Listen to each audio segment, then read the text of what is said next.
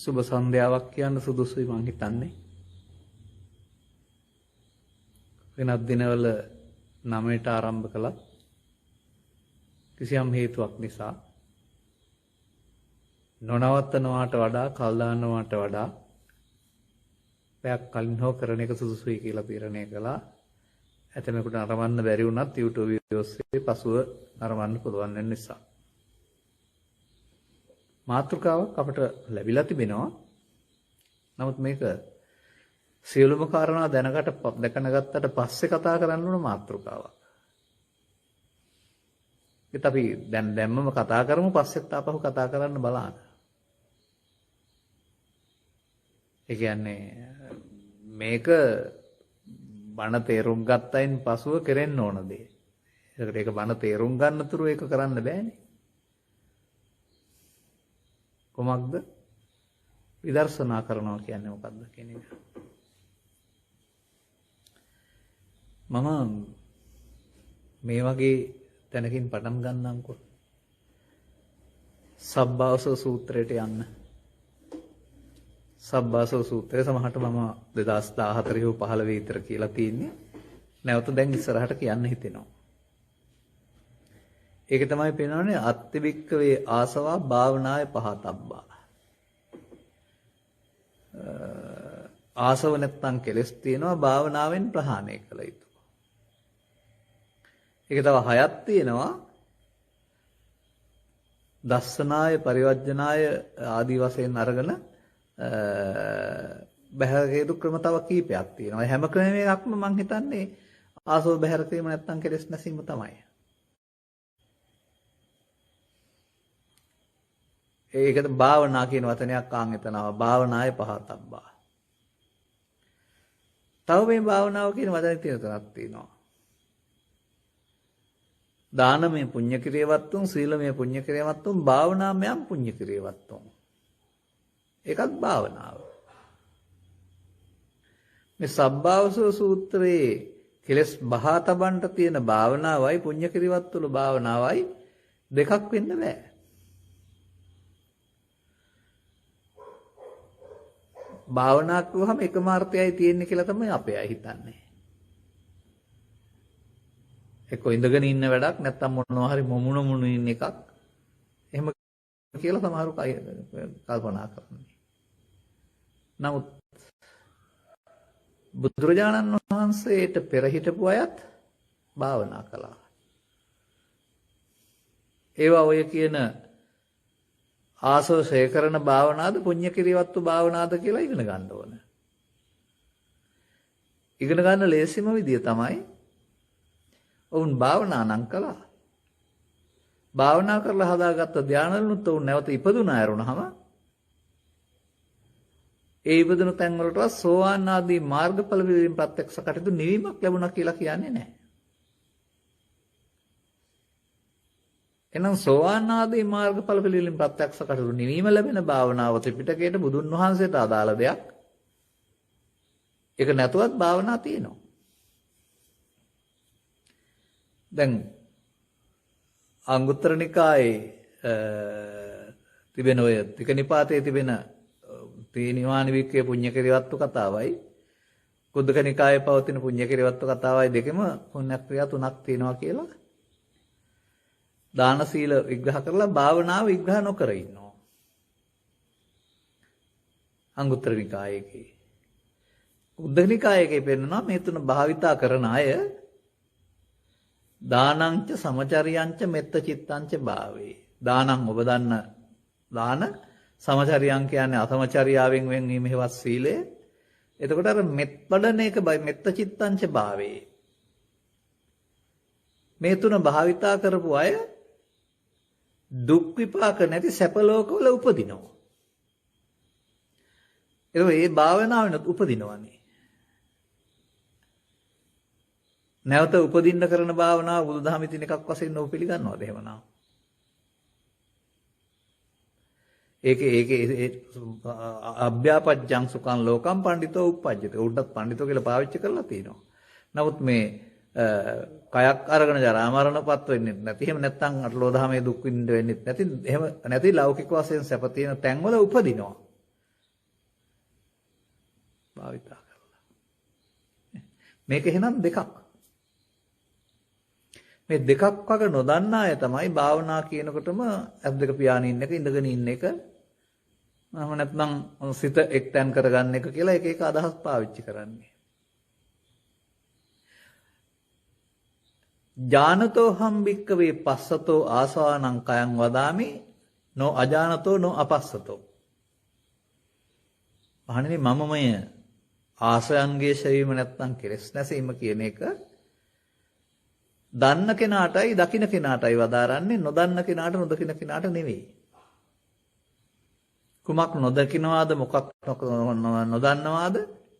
නොනින් මෙන්න කිරීම නොදන්නවා, නොදකින්නවාද කියන නොදක්නවා. ඒ නුනුවණින් මෙනෙහි කිරීම දන්නාට ආසයන් කරන්න බෑ. ආසයන් කිරීම සඳහා නුවණින් මෙනෙහි කිරීම කියන එක දැනගන්න ඕනේ.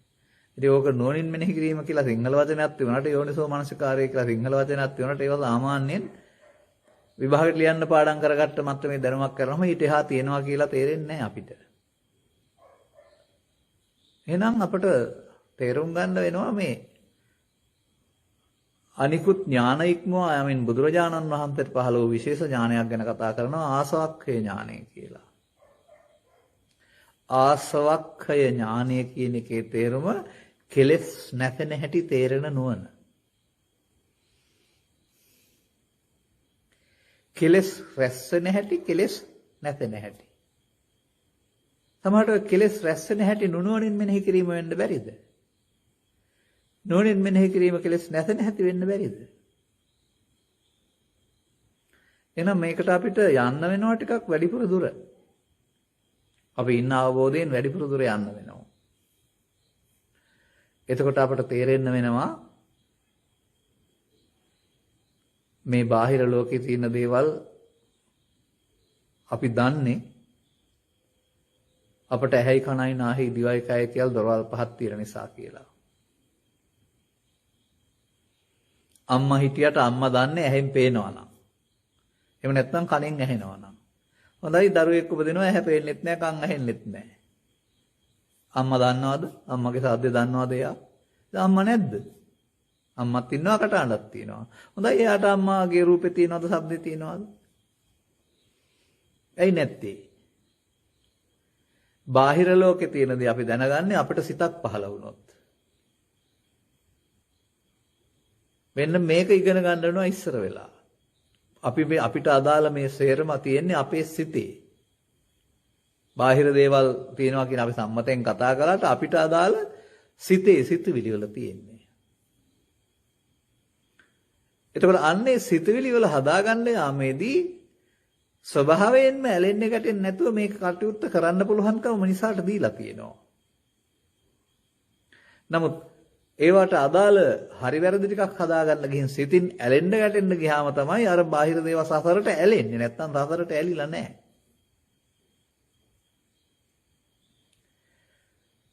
දැන් ඊට පස්සේ මොකද වෙන්නේ?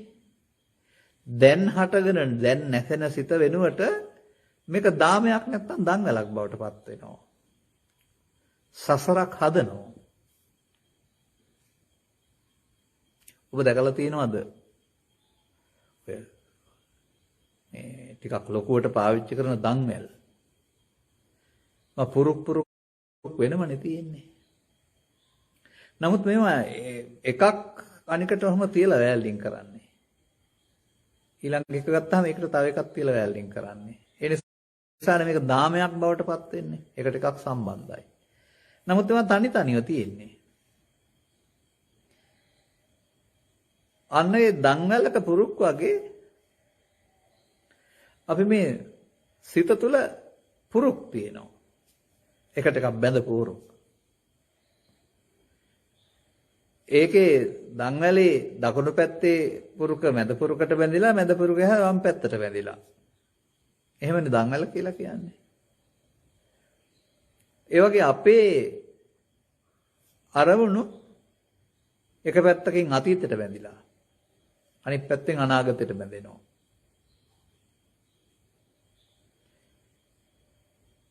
අන්නේ අතීතයෙන් බැඳෙන පැත්ත නම් අපට දැන් තේරෙනකොට ඒක වෙච්ච දෙයක් ගත වෙච්ච දෙයක් නේ. නමුත් අනාගතයට බැඳෙනවා නම් එතකොට ඒක දාමයක් බවට පත් වෙන සසරක් හැදෙනවා නේද?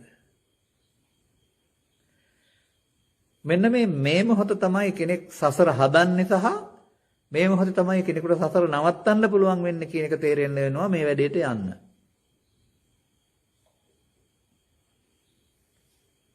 දැන් බුදුරජාණන් වහන්සේ පහළ වෙන්න පෙර සසර නවත්තන්න ගියා හිටියේ. නමුත් වුන් මේ දන්හල එක පැත්තට පව් වලින් සසර හැදුවා. ඒවා අපාය පැත්තට. පින් වලින් සසර හැදුවා. කාමසුගතිය පැත්තට. භාවනා කරන්න ගිහින් ධාන වලින් සසර හැදුවා. රූපී අරූපී වමස පැත්තට. මේ දන්වැලේ අනාගත පුරුක නවත්තන්න කාටවත් හම්බ වුණේ නැහැ. ඊළඟ පුරුකක් හදන එක. ඒ නිසා මේ අතීත හේතු නිසා වර්තමාන ඵල වර්තමාන හේතු දැවීම කියන එක ජීවිත තුනක් ඔස්සේ බලන්න යන්නත් එපා. ඊයේ යදයි හෙටයි කියලා බලන්න යන්නත් එපා. අරමුණක දෙපැත්ත වශයෙන් බලන්න. අරමුණ සහ අතීතය සහ අනාගතය.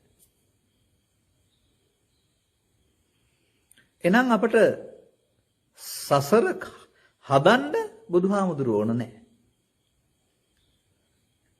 අර බාහිර තියෙන දේවල් එක්කලා අපි ඇලීමක් ගැටීමක් ඇති කරගත්තොත් ඒක තුළ අපට සසර හදනවා. දැන් මේ විදර්ශනාව ඕනේ හරි මේ ආසවක්ඛේ ඥානය ඕනේ හරි මොකටද? සසර හදන එක නවත්තන්න.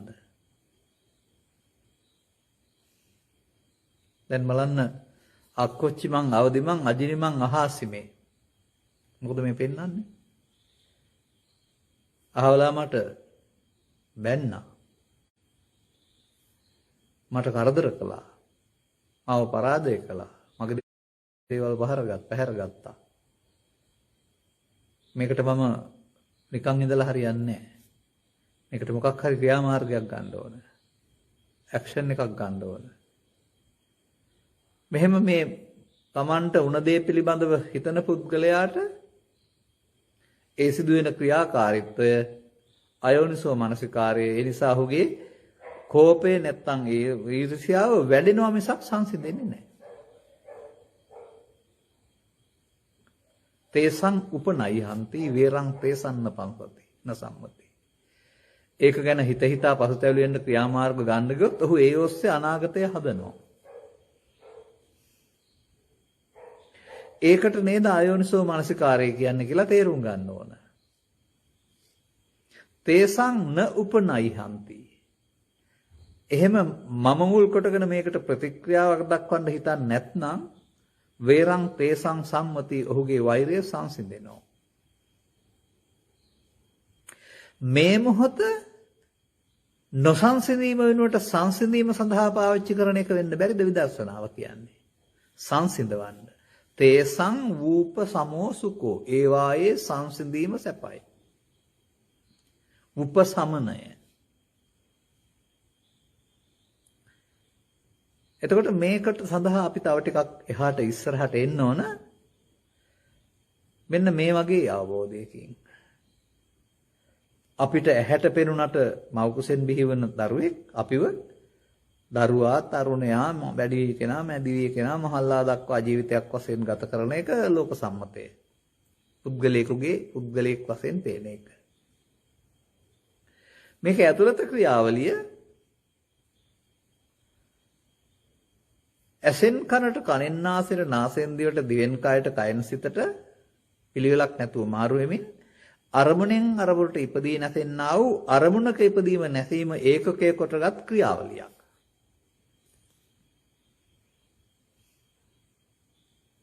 මම මේ ආසනයේ ඉන්න විට දෙපැත්තේ ඉන්න අයට මගේ ආසනයට එන්න බෑ වගේ අපට වර්තමාන මොහොතට අරමුණු දෙකක් ගන්න බෑ. එකයි ගන්න පුළුවන්. ඒ තරම් වේගවත්.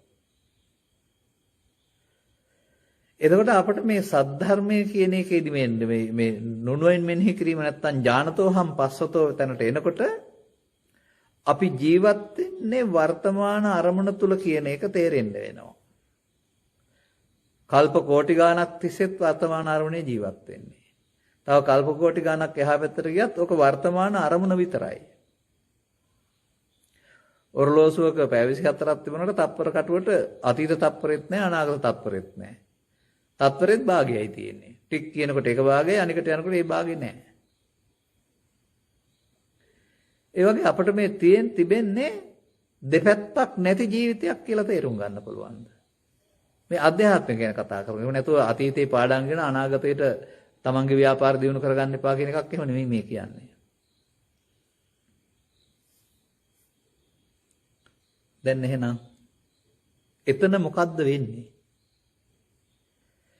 ඕන කෙනෙක් ගාව මොකද්ද එතන වෙන්නේ? අරමුණක් එක්කලා කටයුතු කරන එක. ඇසෙන් ගන්න අරමුණක්, කනෙන් ගන්න අරමුණක්, නාසයෙන් ගන්න අරමුණක්, දිවෙන් ගන්න අරමුණක්, සිතෙන් ගන්න අරමුණක්. මේ අරමුණක් ගන්නකොට තව මොකටද මේකට එන්නේ? අතීතයේ තියපු ටික ඔක්කොම එනවා. යම් තාක් දත්ත, හරි වැරදි, ඊර්ෂ්‍යා, ක්‍රෝධ, අගය කිරීම, රිදවීම තිබුණා නම් ඒක එනවා. එහෙම පුරුදු ටිකක් සංසාරෙනුත් ගෙනත් තියෙනවා.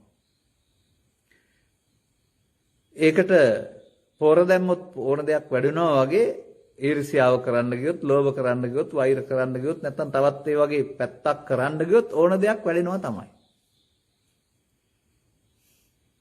වැඩුණොත් එතකොට ආසාක්ඛය ඥානෙ නෙමෙයි අඥානෙනේ. ඒ දුර්වලකම් වඩා ගන්න නෙමෙයි බුදුරජාණන් වහන්සේ පැහැදිලි ධර්ම දේශනා කරන්නේ ඒක ඉවර කරන්න. මේ විදර්ශනා කියන වචනේ තේරුම සතර ඉවර කරනවා කියලා තේරුම් ගන්නවද? ඉවර කරන්න පුළුවන් වෙන්න ඕන. අපි ඉවර කරන්න කතා කළාට ඉවර වෙන්නේ නැහැ නේ සාමාන්‍ය පෘථග්ජන සමාජයගේ ඉවර වෙන්නේ නැහැ. මොකද ඔහුගේ ජීවිතය අර අතීත දන්වැල් පුරුකයි දැන් දන්වැල් පුරුකයි ඒකෙන් අනාගත දන්වැල් පුරුකයි තුනකට හැදෙනවා. ඒ කියන්නේ අපි වර්තමාන මොහොත අවසන් කරන්නේ අනාගතයක් උපදින්න හේතු තියලා. වර්තමාන මොහොතට අතීත හේතු පැත්ත එනවා. ඒක තියෙනකල් ලැබෙදින් ඉවර වෙන්න ඕන. නමුත් අපිට අතිදීර්ඝ සංසාර ගමනක් තුළ පුරුදුනේ වර්තමාන මොහොතෙන් ඉවර කරන්න මේ අනාගත ඵලයක් උපදින්න හේතුවක් තියලා ඉවර කරන්න.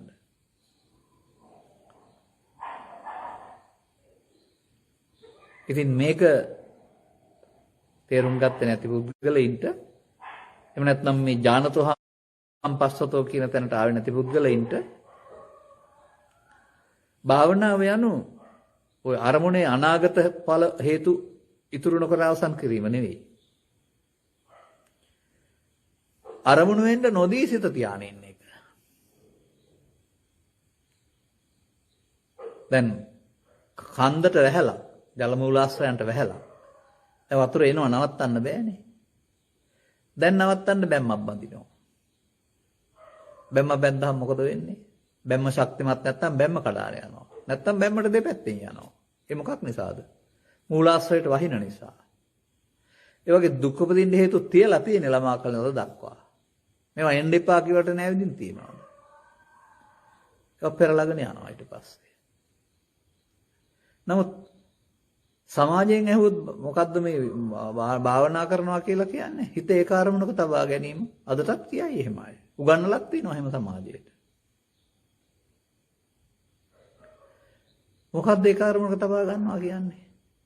නාහේ අගට හරි උස්ම ඇතුළු වෙනකොට පිම්බෙනවා කියනවා කියලා හරි. එහෙම නැත්නම් පටවි හරි බුදු පිළිමයක් හරි. මේ තවත් අරමුණක් හදනවා කියලා ඔබට තේරෙනවද? අර දැන් අරමුණු වෙන්නේ ඇහෙන් කනෙන් නාසයෙන් ගැටුනහම එහෙම නැත්නම් හිතේ එකක් හදනවා මේ. හදලා මේක බලවත් කරනවා. දැන් මේක බලවත් කිරීමෙන් මොකද කරන්නේ? අර එන්න තියෙන දේවල් එන්නේ නැතුව මේක ලොකු එකක් කරනවා ටිකක්.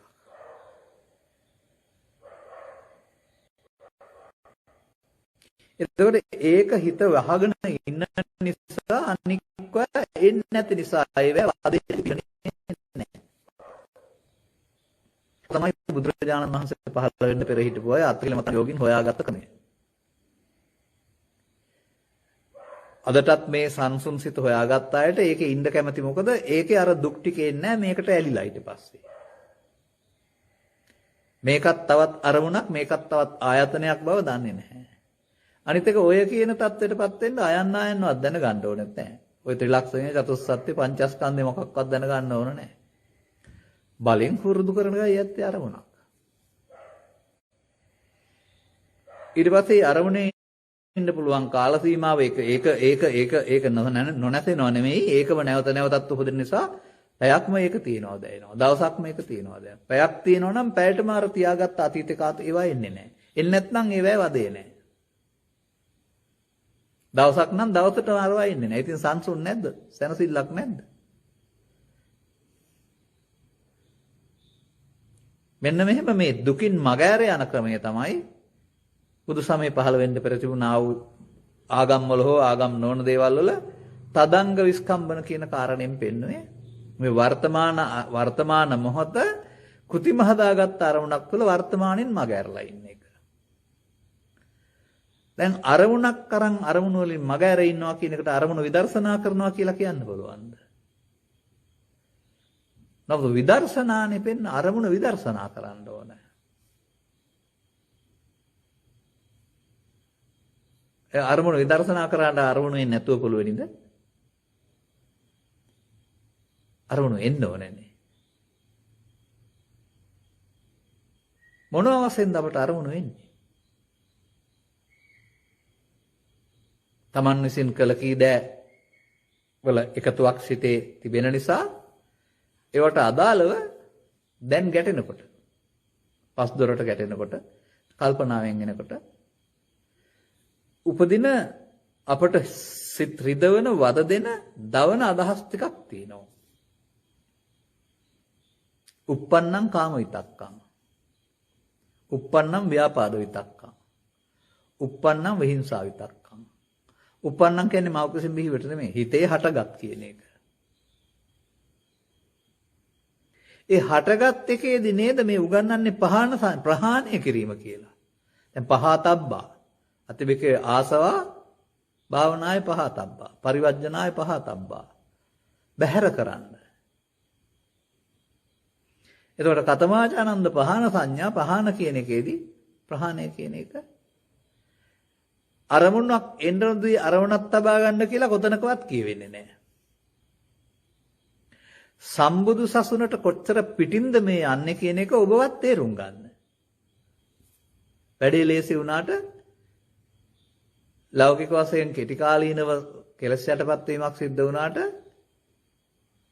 බුදුරජාණන් වහන්සේ වදාළ පාරේ යන්නේ නැත්නම් ආසවක්ඛේ ඥානය පහළ වෙන්නේ නැත්නම් 아무තු ඥානයක් එනවා නෙවෙයි කෙලස් නැසෙන්නේ කොහොමද කියලා වැටහෙන එකට ආසවක්ඛේ ඥානය කියන්නේ.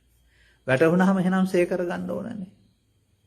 ඒ වැටහෙන කෙනාට තමයි ඥානෝතෝ හම්පස්සතෝ කියලා මේ විදර්ශනා වළංගු වෙන්නේ. මම ඒකයි අන්තිමට කළ දේ මේ මගෙන් අහන්නේ මුලින්ම කියලා. අන්තිමට කළ යුතු දේ මුලින්ම අහනවා. නමුත් මේ වන විට මේ වැඩසටහනට පමණක් නෙවෙයි මාධ්‍යවල පවතින ධර්ම දේශනා විශේෂ වශයෙන් ශ්‍රවණය කළ බොහෝ අය ඉන්න පුළුවනි. අලුතින් මේ පවතින තත්ත්වයට අපට බොහෝ දෙනෙක් එකතුත් වෙනවා. ඒ අයට තමයි මේක අලුත් වෙන්නේ. ඒ නිසා අප පිළිබඳව, සිත පිළිබඳව, පංචස්කන්ධ ධර්මතාවය පිළිබඳව, මේ මොහොතේ සසර හැදෙන ආකාරය පිළිබඳව කල්තියා වටහා ගන්න.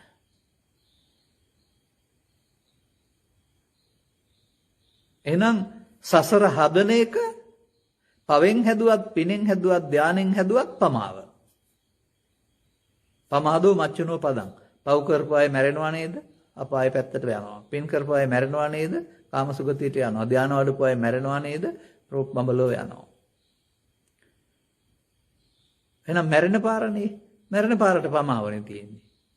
හැබැයි බුදුරජාණන් වහන්සේගේ වචන එක තියෙනවා අපමාදෝ අමත පදං.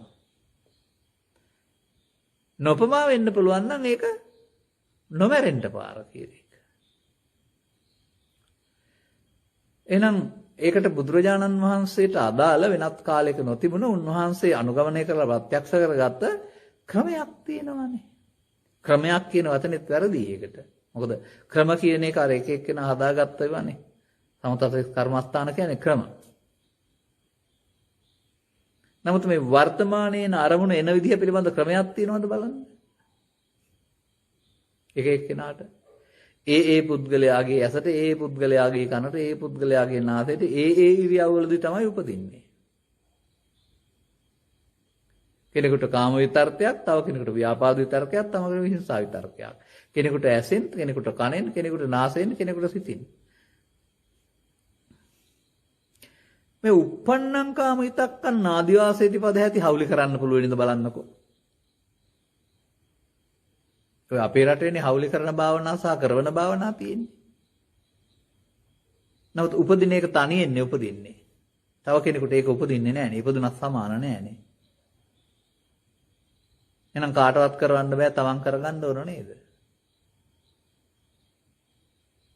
ආසව රැස් වෙනවා කියන්නේ මොකද්ද? අනාගත ඵල විපාක දෙන්න හේතු චිත්තාභ්‍යන්තරයේ සැඟවෙනවාට.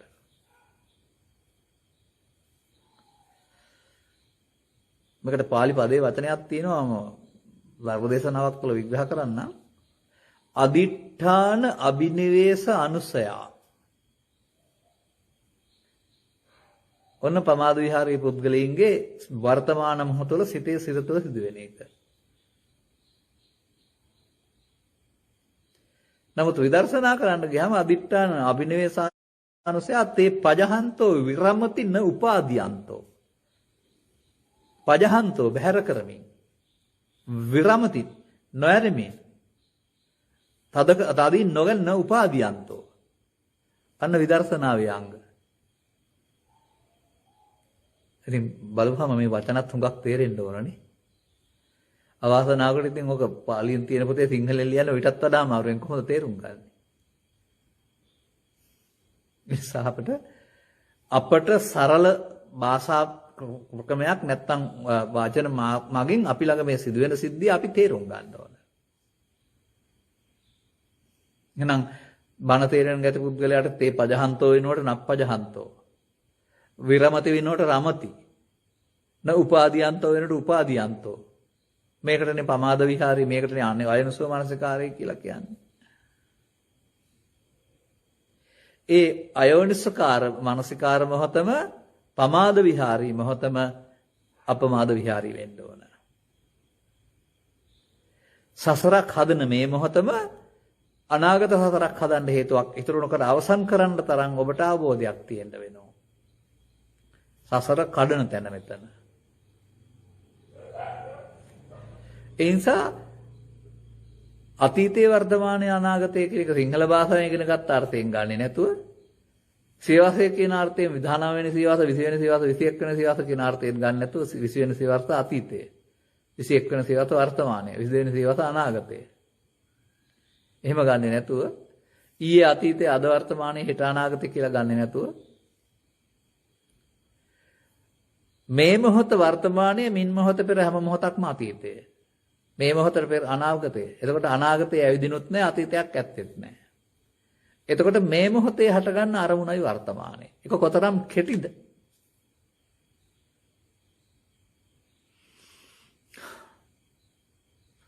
පච්චුප්පන්නං ච යෝ ධම්මං තත්ත තත්ත විපස්සති.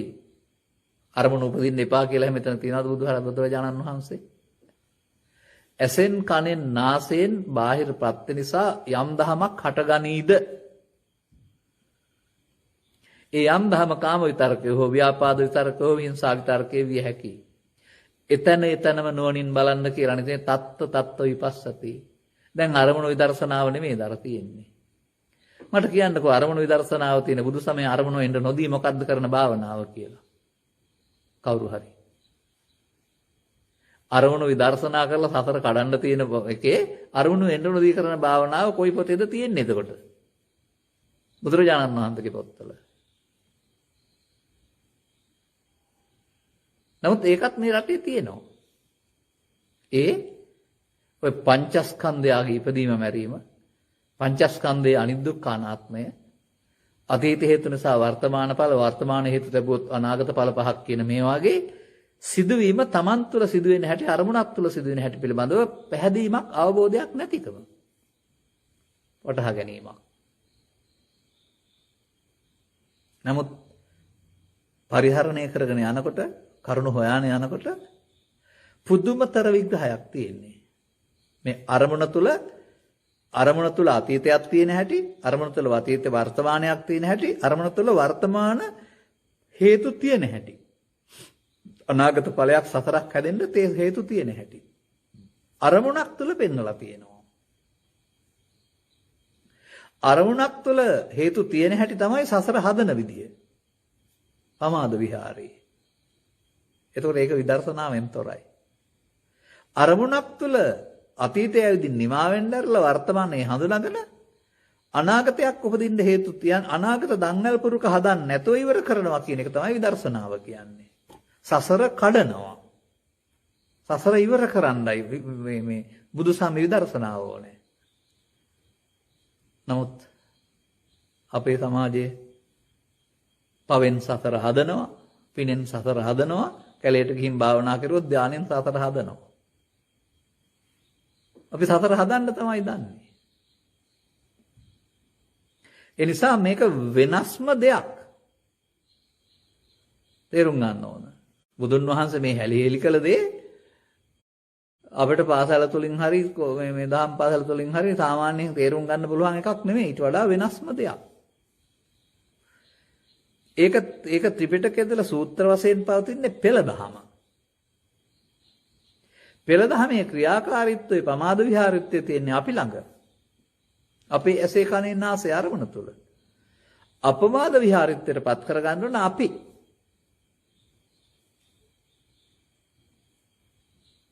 දැන් එහෙනම් ආසව රැස් වෙන්නේ කොහොමද? ආසව ඡය වෙන්නේ කොහොමද කියන එක තේරෙන්න ඕන නේද?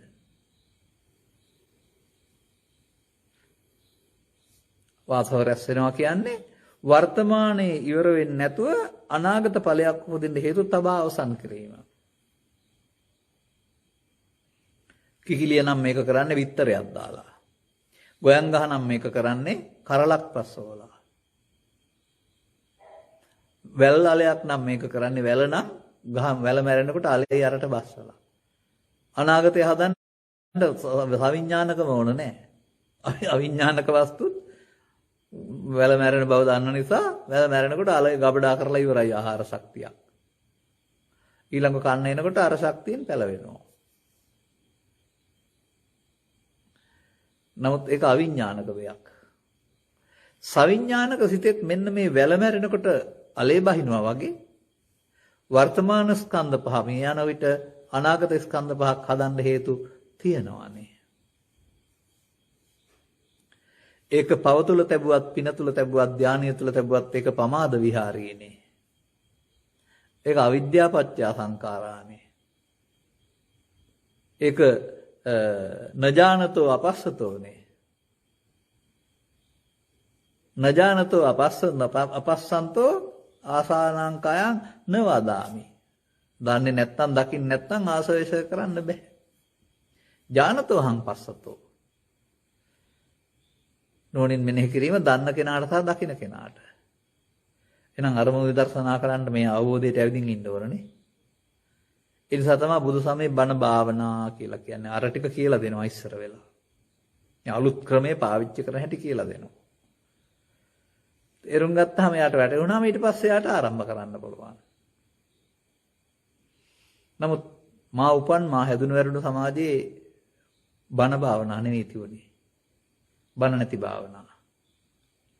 අදටත් අර දින ගණන් කරන ඒ කාර්මුණිය තබා ගැනීමේ කාරණා බණ නැති භාවනා. හැබැයි ඉතින් මේකෙන් යම් සමාධියක් හදන් ඉන්නවා නම් මෙතනින් එහාටත් යන්න පාරක් තියෙනවා.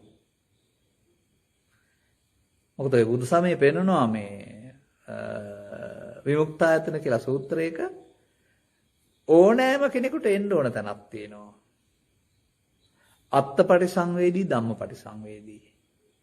අර්ථය විශේෂයෙන් දැනගෙන ධර්මය විශේෂයෙන් දැනගන්න ඕන. එතෙක් කරපු ඕනෑම වැරදි පාරක් ඔස්සේ මෙතෙන්ට යන්න පුළුවන්. මේක විමුක්තායතන 1 2 3 යටතේ මේ වන විට මම ප්‍රඥා නාලිකාවේ ධර්ම දේශනා 3ක් කරලා තියෙනවා. තව 2ක් තියෙනවා. ඒ 3ට අදාළ නම් ඔබ ඒකෙන් ගන්න. හතරවෙනි එක මම කියලා දෙනවා ඉස්සරහට. පස්වෙනි එක තමයි ඔය බණ තේරුම් ගන්න නැතුව සමාධියක් හදාන තියෙනවා නම් එතනින් එහාට මේක අත්පරිසංවේදී ධම්මපරිසංවේදී වෙන හැටි. එසා තථාගත බුදු පියාණන් වහන්සේ ඔවුන් ඉන්න තැන සිට හොරකමේද ඉන්නේ, පන්සිල් වලද ඉන්නේ, දානයේද ඉන්නේ, සමාධියකද ඉන්නේ, ඔය ඕනෑම තැනක ඉඳලා ඉන්න එහාට විදර්ශනා වඩන හැටි. හරි ලස්සන දෙයක් ඒක. මේ නිසා ඔබටත් සවන් දෙන ඕනෑම කෙනෙකුටත් මේ ඥානතෝහම් පස්සතෝ කියන කාරණාව එන්න වෙනවා. දැන් මම මේ කියන කාරණේ ත්‍රිපිටකයේ තියෙන වචන වලින් කිව්වොත් තේරුම් ගන්න පුළුවන් ඔබට. අරමුණ තුළ සිදුවෙන දේ. අරමුණ කියන්නේ ඇසෙන් හම්බ වෙන රූපය, වේදනාවෙන් විඳ සංඥාවෙන් හඳුනා සංකාරයෙන් බැඳී විඥාණයෙන් දැනගන්න මේ පංචස්කන්ධයට. අර පංචස්කන්ධය කියන්නේ අරමුණ පහට බෙදපු එකට.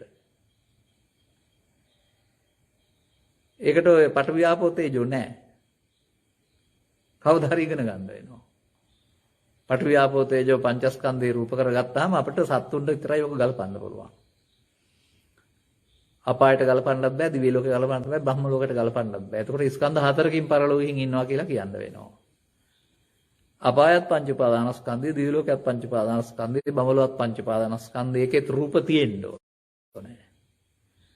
එහෙනම් ඒක ඝනකයක් හෝ පඨවි ආපෝ තේජෝ වෙන්න බෑ කියලා ඔබටවත් නෝන පෑදෙන්නේ නැතයි අහන අය වශයෙන්. එතකොට ඒ ස්කන්ධ පංචකේ තුල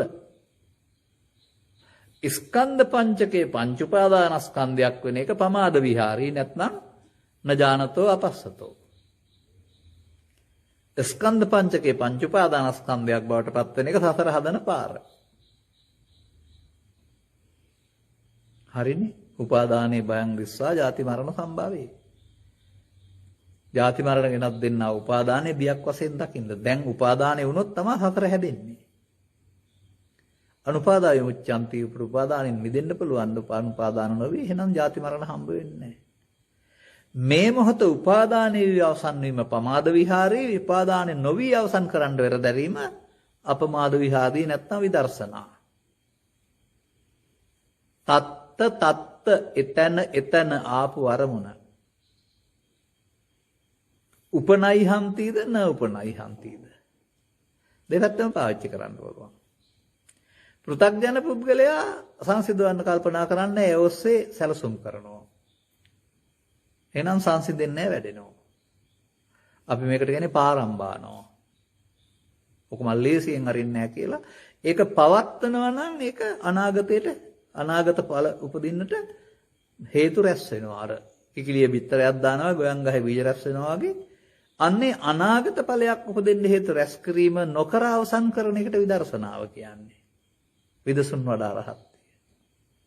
ඉතින් මම ඒකට සිංහලෙන් කියන්නේ සසර කඩන එක.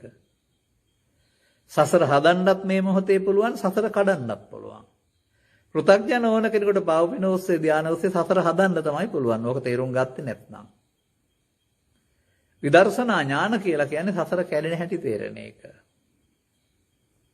උදයබ්බ කියලා ඥානයක් නැහැ. උදේවය වැටහෙන එකයි උදයබ්බ ඥානය කියන්නේ. උදේ හේතුප්‍රත්‍යයෙන් හටගන්න එක, වැය නිකම්ම නැති වෙන එක නෙමෙයි. අනාගතේ හේතු ඉතුරු වෙලා නැති වෙන එකත් වැය නෙමෙයි. අනාගතයට හේතු ඉතුරු නොවි නැසෙන හැටි තේරෙන එක උදයව්‍ය ඥානය. ඔය නවමහ විදර්ශනා ඥාන උදයව්‍ය කියලා තියෙන්නේ. ඉතින් එහෙම සමාජයේ කියවෙන්නේ නැහැ, පොත්පත් එහෙම කියන්නෙත් නැහැ. සමහර උදයව්‍ය කෙනෙක් උදයබ්බ කියලා ඥානයක් පහළ වෙනකම් බලන් ඉන්න කියලා අරමුණක් දෙනවා වඩන්න. ආලෝකයක් පෙනේ, උදයබ්බ පෙනේ. ඇස ඇතුලේ බලනකොට ඉපදිනවා මැරෙනවා බුබුලු පෙනේ කියලා එහෙම තමයි මුලාව කරලා තියෙන සමාජයේ. බුබුලු බලන්න ඕනේ අම්මා පෙන්නේ සිතට සිතුවිල්ලක් ආවොත්, බාහිර ලෝකේ දේවල් පෙන්නේ සිතුවිල්ලක් ආවොහම. බාහිර දේවල් නැතුණාම හීන පෙන්නේ සිතුවිල්ලක් ආවොහම. නම් සිතුවිලි වල මොනවා හරි හදලා බලන එක සිතුවිලි වල හදලා බලනවා ඇරුණාම හදලා බලලා හරියන්නේ නැහැ. ඔබ භාවනා කරන්න ගිය කට්ටිය ආලෝකයේ පහළ වෙනතුරු, දෙවියන් පේනතුරු, බුදුන් පේනතුරු බල බල ඉන්නේ පහළ වෙනකල්. මට දැනුත් තියෙනවා සමහර වෙලාවට ඔය හිටපුවාම ටිකක් විවේකීව ඉන්නකොට එකපාරට සද්දයක් ඇහෙනවා කන ඇතුලේ කීං ගාලා විනාඩියක් විතර තිරිලා. ඔබටත් මේක අහලාද කන කීං ගානවා එකේ. කවුරු හරි බෙරේකට ගහපු එකක්ද? ගන්ටාරයකට ගහපු එකක්ද?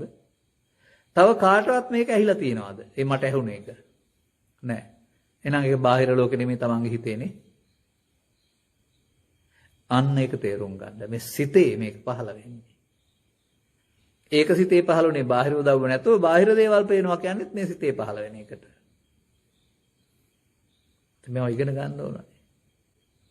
එතකොට අන්න ඒ විදිහට අපට එහෙනම් මොනවා ඇස් දෙක පියාගෙන ඉන්නකොට මොනවා හරි පෙවුනොත් ඒවා කාටවත් තියෙන දේවල්ද හම්බ වෙන්නේ? Taman හිතේ හිතන විදිහටනේ පහළ වෙන්නේ. ඉතින් ඇස් දෙක පියා එළියක් බලන් ඉන්න කල්පනා කරනවා. ඉතින් එළියක් වෙන්නේ. සිතුවිල්ලක් එළිය බව සිතුවිල්ල එළිය බවට පත් වේ. සිතුවිල්ල මාලිගාව බවට පත් වේ. සිතුවිල්ල දේවතාවෙක් බවට පත් වේ. එහෙමයි සිතුවිල්ලයි පත් වෙන්නේ. මේ සිතුවිල්ල යමක් බවට පත් කිරීම වෙනුවට සිතුවිල්ලට දේවල් අල්ලාගෙන ඉන්නේ නැතුව අල්ලාගන්න නැතුව අවසන් කරන්න අරමුණු පාලනය කරලා යටපත් කරලා හරියන්නේ නැහැ. එන අරමුණ විදර්ශනා කරන්න ඕන, ඉතුරු නොවි අවසන් කරන්න ඕන. දැන් මොකද්ද මේකට තථාගතයන් වහන්සේ දීලා තියෙන ක්‍රමපාය? අල්ලා ගැනීමෙන් තැවුල දේශනා කරමි, අල්ලා නොගැනීමෙන් නැතැවුල දේශනා කරමි. අල්ලා ගැනීම පමාද විහාරී, අල්ලා නොගැනීම විදර්ශනාව. මඤ්ඤමානෝකෝ බික්කෝ බද්දෝ මාරස මමත්වෙන් ගත්තොත් බිත්තර දැම්ම සතරට ඇලෙනවා. මාරයට බැඳෙනවා. මමත්වෙන් ගන්න නැත්නම් මාරයාගෙන් මිදෙනවා. සතර කඩන හැටි. මේ කියන කාරණාව ඔබ කරන්න ඕන කොහොමද කියන එක තේරුම් ගන්න ඕන. ඒක තේරුම් ගත්තේ නැතුව මොනවද අපි කරන්න ඕන කියලා සමහර අය තවමත් මගෙන් අහනවා. නමුත් තේසං නෞපනයි හන්ති අමඤ්ඤමානෝ මුත්තෝ පාපිමතෝ මේ වචනෙන් කියවෙන දේ වර්තමාන මොහොතේ ඔබ කරන්න ඕන. අපට තව ටිකක් වෙලා ගන්න හැකියි. එතකොට මේක සිත තුළ සිදුවෙන ආකාරය වෙනත් වචන වලින් මම කිව්වොත් ඔබට ඒක ගලප ගන්න නැත්නම් කල්පනා කරගන්න පුළුවන්ද? ඇස තුළ, කන තුළ, නාසය තුළ, දිව තුළ, හෙවත් සිත තුළ. ඇස තුළ කිව්වම මේ නාහේ මුදුන එහෙම නෙවෙයි. ඇසෙන් සිත තුළ, කනෙන් සිත තුළ, නාසයෙන් සිත තුළ, දිවෙන් සිත තුළ, කයෙන් සිත තුළ සහ බාහිර උදව්ව නැතුව සිතෙන් සිත තුළ. සිදුවෙන ආකාරය තථාගතයන් වහන්සේ පැහැදිලි කරනවා. ඒක පළවෙනි එක උගන්වන්නේ අර අජානතෝ අපස්සතෝ නැත්තම් පමාද විහාරිත්වය. එහෙම නැත්තම් නුනුවණින් මෙනෙහි කිරීම ඉස්සරලා කියලා දෙනවා. ඒක බුදුදහමේ සූත්‍ර දේශනාවල පවතින ditth ධම්ම පරයය. ඕනෑම එකක. පළමුව පමාද විහාරිත්වය දෙවෙනුව කරන්න ඕන දේ. පළමුව වෙමින් පවතින දේ දෙවෙනුව වෙන්න ඕන දේ. එපමණමයි බුදුරජාණන් වහන්සේට බණ කියලා කියන්න තිබිලා තියෙන්නේ. කොතරම් ලොකුවට බණ තියෙනවයි කියලා කල්පනා කළා. එහෙනම් අරමුණ තුළ සිදුවෙන කාරණේ මොකද්ද? ඇස තුළ නම් ඇසේ පෙනීම, ඉදිරියේ රූපයක සෙවණැල්ල එතෙන්ට වැටෙන එක, ඒ රූපේ හැඩරුවේ සිතින් මතක් කරලා දෙන එක. ඒකට තින්නම් කියනවා. තුනයි.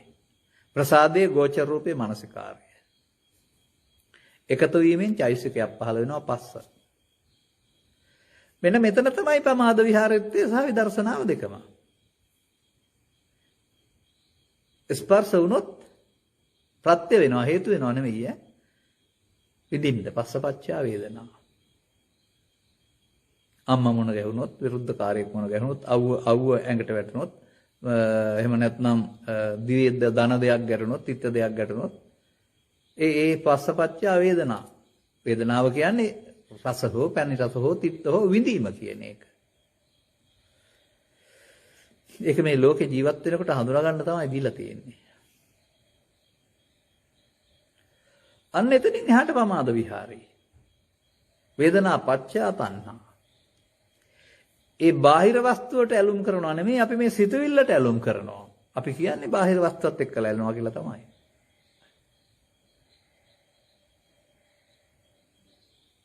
එතකොට රූපය තුල රූප තණ්හා, ශබ්දය තුල ශබ්ද තණ්හා, ධානය තුල ධාන තණ්හා, පාපය තුල පාප තණ්හා, පින තුල පුණ්‍ය තණ්හා ඕන එකක් ගන්න.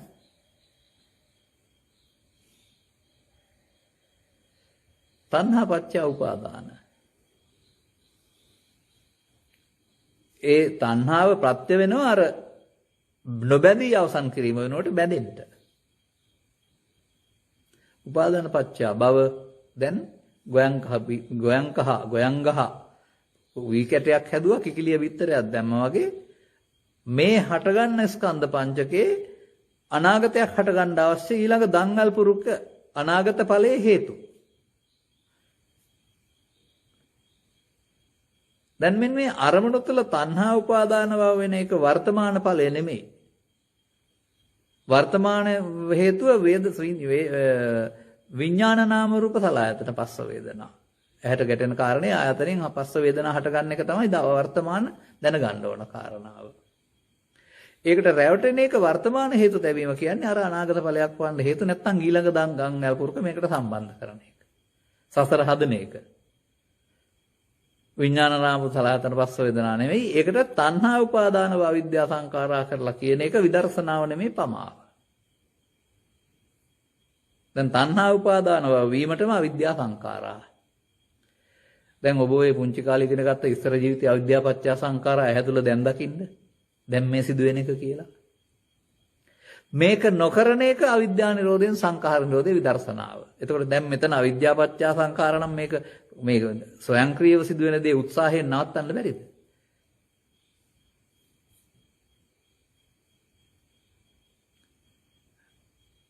අවිද්‍යා පත්‍ය සංඛාර නැත්නම් උපාදාන පත්‍ය භව භව පත්‍ය ජාතිනේ. භව නිරෝධෝ නිබ්බානං. භව පත්‍ය ප්‍රමාදේ භව නිරෝධෝ විදර්ශනාව නෙමෙයි දෙනවා. ඒක ජීවිත අවසානයේ කරන එක වැඩක් නෙමෙයි. මේ අරමුණක් පාසා අනාගත ඵලයක් උපදින්න හේතු ඉතුරු නොවර අවසන් කරනවට තමයි විදර්ශනා කරනවා කියන්නේ. අරමුණු විදර්ශනා කරනවායි කියන්නේ. ආයෝක බෙද බෙදා බලන්න දෙයක් නෙමෙයි තියෙන්නේ. සාන්ති බනහනකොට ඔක්කොම බෙදිලා තේරෙයි. මුලින් ඔය තේරම කරන්න අරමුණේ ඉඩක් නැහැ. හැම දේවල් කල්පනා කරගෙන ඉන්න වෙලාවක් නැහැ. කල්පනා කරනකොට කල්පනාව නිසා අරමුණ යට වෙලා යනවා. ආපු අරමුණ uppannam කාමවිතක්කම් ඒකනේ මේ කරන්න ඕනේ. ඒකනේ අවසන් කරන්න ඕනේ. ඒක පවත්නකොට කරන්නේ අදිවාසේති. ඒක හොඳයි සපයි කියලා බාර ගන්නවා. බහැර කරන්නේ නප්පජහති. විශේෂ හික්මනයකට පාවිච්චි කරන්නේ නවිනෝදේති. අවසන් කරන්නේ නබ්‍යන්ති කරෝති. යලිත් හට නොගන්න අවසන් කරන්නේ නාන භවං ගමේති. අර පෘථග්ජන පුද්ගලයා මේ අරමුණ තුළ අර ඒකෙන් මේකෙන් මමත්වයෙන් ආදාසයෙන් හිතන්න ගියාපම නූපුණයි හන්ති ওই කාරණාව සිද්ධ වෙනවා. දැන් ප්‍රහාණය නෙමෙයිනේ හැදීමනේ. ප්‍රහාණය නාදිවාසේති. න අදිවාසේති. පිළිගන්න එපා, බාර ගන්න එපා.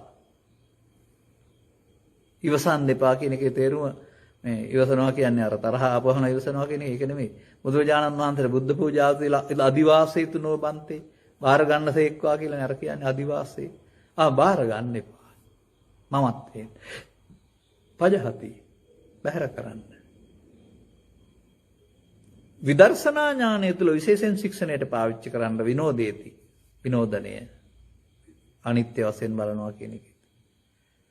අරමුණ අනාගතයට නොතබා අවසන් කරන්න අවසන් කරනවට බ්‍යන්ති කරෝති. අනාගතයට නොතබා අවසන් කරනවට අනභවං ගමේති. දිග්ගු සංසාර ගමනක අරමුණ අනාගතයට තබා අවසන් කිරීමේ නරක කැත පුරුදු කරගත්ත අපිට කවුරුත් පුරුදු කරලා නැහැ. මේ අනාගතයට තබලා අවසන් කරන පුරුද්ද අයින් කරගෙන අනාගතයට නොතබා අවසන් කරන්න කොතරම් පුරුදු කරන්න ඕනේද? නූතන මනෝවිද්‍යාව තුළ වෙනවා සිතට 20 වතාවක් විතර මේක කියන්න ඕනලු අලුතෙන් පටන් ගන්න. ඒකල් පටන් ගන්න නැතිලු. ඒක තේරුම් අරගෙන එකපාරක්වත් භාවිතා නොකර යෝජනා නොකර කෙනාට කොහොමද මේක කරන්න ඕන කියලා අහනවා වරුණාම කෙරෙන්නේ නැහැ. සිත පිළිගන්නතුරු සිතට කියන්න වෙනවා දැන් ඔය අනුසෝතගාමී පාරේ ගිහින් බෑ දැන් පටිසෝතගාමී පාරේ යන්න ඕනේ කියලා.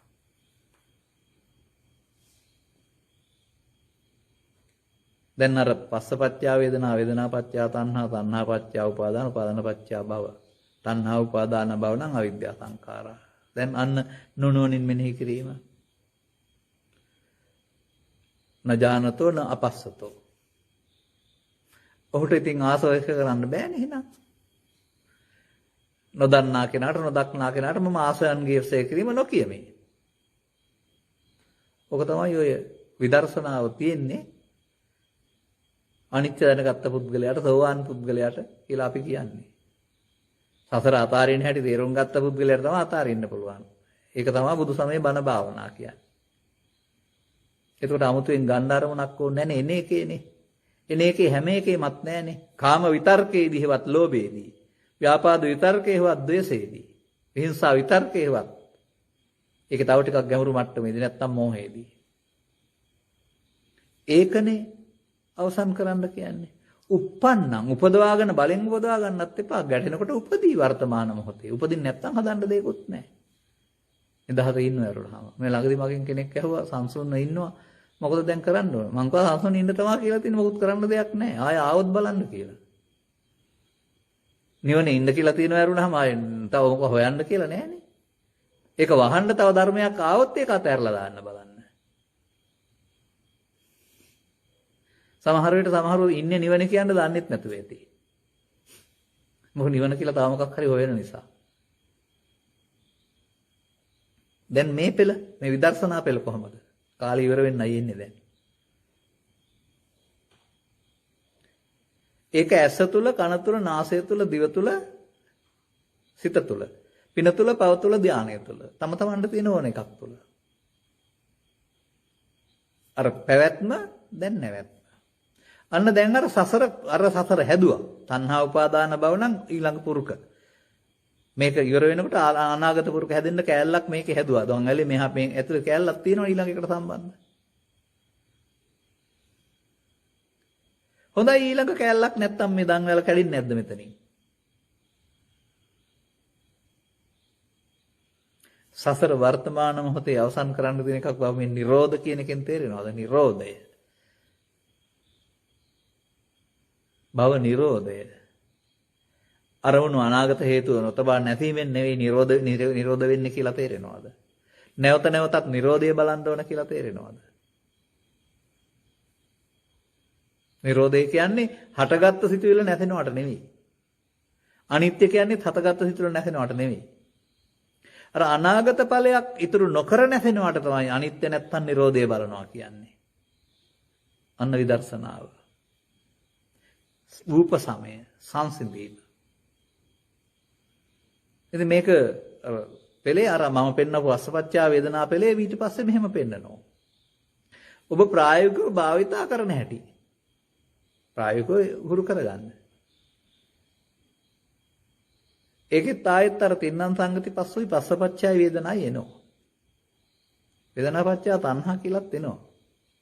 හැබැයි ඒක එහාට උපාදාන භව කරගන්න කියලා නෑ. ඒ තණ්හාව උපාදාන භව වෙන්න දෙනවට තමයි ශේෂ අවශේෂ කියන්නේ. වෙන්න නොදෙනවට තමයි අශේෂ කියන්නේ. බැඳෙනවට තමයි රාග කියන්නේ, ඔබදෙනවට තමයි විරෝධ කියන්නේ. ඇලෙනවට තමයි ශේෂ කියන්නේ, නොඇලෙනවට තමයි නිරෝධ කියන්නේ. ඒකෙන් පෙන්න අතීත නිසා ආපු වර්තමාන අරමුණ තණ්හා උපාදාන භව වුණොත් පංච උපාදානස්කන්ධයට පත් වී සසරක් හැදෙනවා. උපාදාන වී අවසන් වෙනවා කියන සතරක් හැදෙනවා. ඒ උපාදානෙ නොවි අවසන් වෙනවා. අනාගත ඵලයක් ඉතුරු නොකර අවසන් කරනවා. තස්සායව තණ්හාය අශේෂ විරාග නිරෝධෝ තණ්හා නිරෝධා තණ්හා නිරෝධයෙන් උපාදාන නිරෝධය උපාදාන නිරෝධයෙන් භව නිරෝධය. අරමුණ තුල දැන් භව නිරෝධන තණ්හා උපාදාන භව විද්‍යා සංකාරණම් භව නිරෝධෝ විද්‍යා විමුක්තිනේ. භව නිරෝධෝ නිබ්බානන්නේ. තේරෙනවද? අරමුණෙන් අරමුණට නිවන් හම්බ වෙනවයි කියලා. අරමුණක් අරගෙන අනිත්ව හංගන්න හිටියට නෙවෙයි. අරමුණ අවසන් කරපුවාම. මොනම අරමුණක් අරන්වත් හංගන්න හිටියට නිරෝධය හම්බ වෙන්නේ නැහැ. ඒක තදංග විස්කම්බන. ඒක අත්මවතාන යෝගින්ගේ බණ නැති භාවනාව. කොච්චර කල් ගියත්. මේ මොහොත මෙහෙම අවසන් කරන්න වෙනවා නිරෝධය. භව නිරෝධෝ නිබ්බාන. දැන් ලැබෙන සංසුන් බවට තමයි විද්‍යා විමුක්ති කියන්නේ. අවිද්‍යා සංකාර නැහැ විද්‍යා විමුක්ති. කරලා බලලා මේක හොයාගන්න වැරුණා වෙන මොනවද කරන්න තියෙන්නේ? මෙතෙන්ද එන්න ඕන. ත්‍රිපිටකේ පෙරලා බලලා විවිධ පොත්පත් කියවලා බලලා මේ දහම් පෙළ හොයාගන්න අපිට නම් අවුරුදු 25ක් විතර මහන්සි වෙන්න වුණා. ඔබ සවන් දෙන අය වශයෙන් ඔබට මේක ග්‍රහණය කරගන්න පුළුවන් නම් මාස 6ක් යනකොට ඔක තේරෙනවා. ටික ටික මේක වැඩෙන්න ඕනේ. නිකන් පාඩම් කරගත්තට ඉස්කෝලේ ගිහින් පාඩම් කරගත්තා වගේ පාඩම් කරගත්තට වෙන්නේ නැහැ. ප්‍රායෝගික වෙන තැනට ඔබ ටික ටික එන්න ඕන. සසර හදන එක ඕන එකකින් කරන්න පුළුවන්. කොහෙවත් ගිහින් ඕක ගැලවෙන කියලා දෙන්න යම රජුරුවත් නැහැ, සක්‍ර දේවේන්ද්‍රයත් නැහැ, මහා බ්‍රහ්මයාත් නැහැ, වෙන ආගම් වලත් නැහැ. ගැලවෙන හැටි කියලා. ඒක තමයි බුද්ධං සරණම්, බුදුවරුන්ගේ එලි කිරීම. බුදුවරු එලි කිරීමේ මේ ක්‍රමය ගත්තාම අපිට ඒක කරනකොට තමයි සසර කඩන්න පුළුවන් වෙන්නේ. දැන් අරමුණ මොකද වුනේ? මගේ ආත්මකට ගත්තොත් හේතු ඉතුරුයි අවසන් වෙනවා නොගැනීම නිසා හේතු නුතුරුයි අවසන් වෙනවා. අරමුණ විදර්ශනාවට ලක් වුණා. අරමුණ විසිරී ගියා. අතීතයෙන් ආව, අතීතේ ඉවර වුණා, වර්තමානයේ හඳුනාගත්තා, ඉවර වුණා, අනාගත ඵලයක් ඉතුරු නොවි අවසන් වුණා. ඊළඟ එකේ තව ඉස්සරහට තව එයි තියෙන තරම් දේවල්. 100ක් එකපාර දකින්න බෑ. එකකින් ආරම්භ කළොත් පළවෙනි එක ඊළඟ දවසේ 2යි, ඊළඟ දවසේ 3යි. ඔහොම තමයි 100ට එකේ පටන් 100 දක්වා යන්නේ. ඒකයි සෝවාන් ආදී මාර්ගඵල පිළිවෙලින් ප්‍රත්‍යක්ෂ කටයුතු නිර්වාණය කියන්නේ. පළවෙනි නිරෝධයේදී අහු වෙනවා. නමුත් තව නිරෝධ කරන්න කාරණා තියෙනවා. අර පසුගිය දවසක මම ඔබට පෙන්වුවේ මාර්ගඵල කියන එක. මාර්ගඵල එකක් නෙමේ, මාර්ගය ගත්තාම මාර්ගෙන් එහා පැත්තේ ඵලය තියෙන්නේ කියලා. අපේ සමාජයේ මාර්ග ගන්න නැතුව මාර්ගඵල ගැන කතා කරනවා. මේ මාර්ගය ගන්න ඕන. මේ අශේෂ විරාග නිරෝධෝ කියන මාර්ගය ගත්තාම ඵලය ගැන 아무තුවෙන් බලාපොරොත්තු වෙන දෙයක් නැහැ. එතකොට මෙන්න මේ කෙලෙස් නැසෙන නුවණ කියන්නේ මේක තේරෙනවාට. ආසවක්ඛේ ඥානය කියන්නේ. 아무තු තරුණ වයසේට ගවයෙකුට අං එන්නේ. ඒ වගේ 아무තු ඔළුව ඇතුලේ ඥානයක් පහළ වෙනකම් බලන් ඉන්න එපා. මෙහෙම වෙනව නේද කියලා තේරුණාම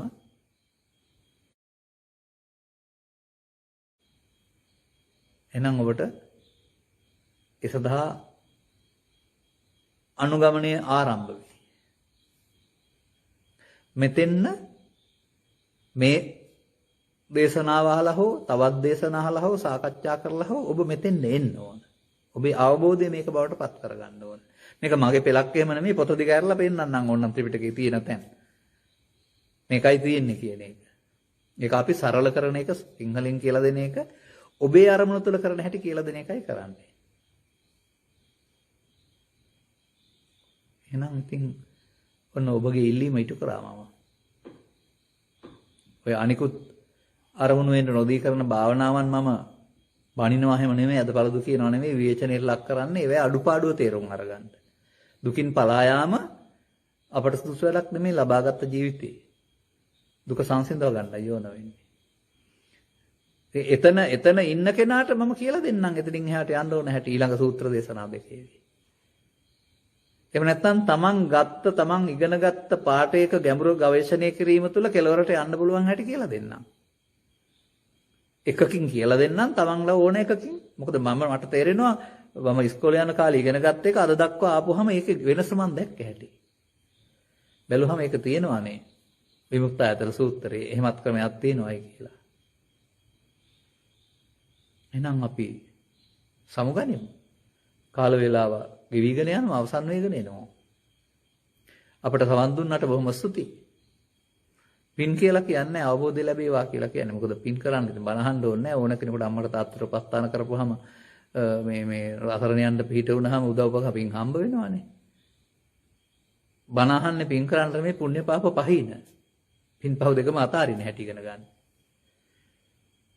සත් ධම්මස පාදා ගැනීමනේ මේක සිදු වෙන්නේ. දැන් එතකොට අපේ සිත තුළ බුදුන් වහන්සේ හැම නොවන තාක්කල් සිදුවෙන දෙයට කියනවා අවශේෂ නිරෝධය. බණ තේරුණාම සිදුවෙන කාරණයට කියනවා නිර්වශේෂ නිරෝධය. අවශේෂ නිරෝධයේ පමාද විහාරී, විපස්සනා විදර්ශනාවක් නැහැ. නිර්වශේෂ නිරෝධය අපමාද විහාරී. අරකින් සතර හදනවා, මේ සතර කඩනවා. සතර කැඩෙනකොට නේද නිවන් හම්බ වෙන්නේ. සතර ඉවර කරන එක නේද නිවීම කියන්නේ. ඉවර කරන්න ඕනේ දැන්. අනාගතයට හේතු තියලා ඉවර කරන්න පුළුවන්ද? මොකද්ද අපේ බෞද්ධයෝ කරමින් හිටියේ? පව් හේතු නවත්තලා පින් හේතු තියා හිටියා. කැලේට ගිහින් භාවනා කරුවොත් පින් හේතු නවත්තලා ධානය හේතු. කවුරු සතර හදන වෙරනව නිරෝධය දකින්න අය නෑනේ. කොහොමද සෝවාන් පුද්ගලයා ඇති වෙන්නේ? මාර්ගඵලලාභීන් නැති වෙන්නේ. ඔය යට වුණ කොටස මතුවෙනවා කියන්නේ ඒකයි. තථාගතප්පේ දස ධම්ම විනයස්ස වික්‍රේ වියටෝ විරෝචති. කවුරු හරි භික්ෂු පරපුරක් වෙහස මහන්සිලා පොත්පත් පරිස්සම් කරලා සමූහ නුවණක් දිනු කරලා කවුරු හරි එලි කරයි. ඒක පෞද්ගලික තමන්ගේ වැඩක් නෙමෙයි. ඒක මානව හිතවාදී වැඩක් සමාජයට අවශ්‍යයි. ඒකෙන් අහංකාර වෙන කෙනෙක් නෑ තේරුම් ගත්ත පුද්ගලයා. මමයි මේක කරුවේ කියලා. ඒක අනිත් අය අනුගමනය කරුවාම ප්‍රතිඵල හම්බ වෙයි. මේ ටික තේරුම් ගන්න කොච්චර දුර එන්න ඕනද මිනිස් සමාජයක් තුළ? ඔබ ඉස්කෝලේ ගිය බුද්ධ ආගමේ ඉඳලා කල්පනා කරලා බලන්න මේ මොකද්ද අපි කියන්නේ කියලා. දැන් තමා ජය ගැනීම. ධම්මස පාදාගෙන අනුගමනීය ප්‍රතිපදාවකට එන්න මේ කරුණ පැහැදිලි කිරීම උපනිශ්‍රේ වායි කියන සුභාශිංසනේ ප්‍රාර්ථනා කරමින් සමුගන්නවා සුබ රාත්‍රියක් කියමින්